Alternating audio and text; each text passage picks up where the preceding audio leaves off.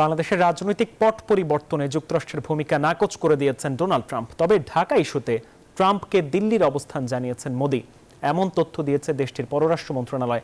তবে আঞ্চলিক সংকট ছাপিয়ে ট্রাম্প মোদির বৈঠকে গুরুত্ব পেয়েছে বাণিজ্য আর সামরিক সহায়তা ইস্যু। এদিকে ভারতের কাছে যুক্তরাষ্ট্রের যুদ্ধবিমান বিক্রির প্রস্তাবের কড়া সমালোচনা করেছে Pakistan.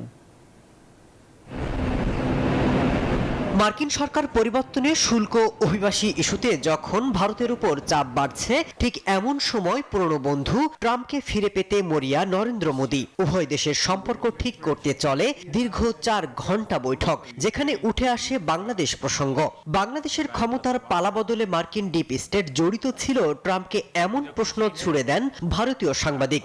What you would like to say about the Bangladesh issue? Well, there was no role for our deep state. It was this is something that the Prime Minister has been working on for a long time and has been worked on for hundreds of years, frankly. I've been reading about it.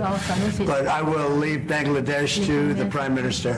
তবে বাংলাদেশ ইস্যুতে দিল্লির অবস্থান ট্রাম্পের কাছে পরিষ্কার করেছেন মোদি, এমন মন্তব্য করেছেন ভারতের পররাষ্ট্র সচিব বিক্রম মিশ্রা।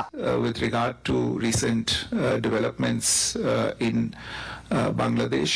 2030 সালের মধ্যে ভারত এবং যুক্তরাষ্ট্রের মধ্যে বাণিজ্য দ্বিগুণ বৃদ্ধি পেয়ে $500 বিলিয়ন হবে বলে জানান মোদি। ভারতের কাছে যুদ্ধবিমান বিক্রির প্রস্তাব দেন ট্রাম্প, তবে তার বিরোধিতা করে উদ্বেগ জানিয়েছে ইসলামাবাদ।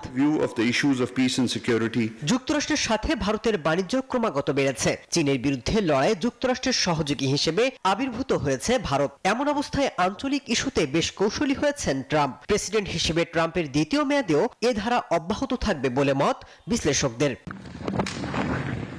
মাসুদ রানা, নিউজ 24।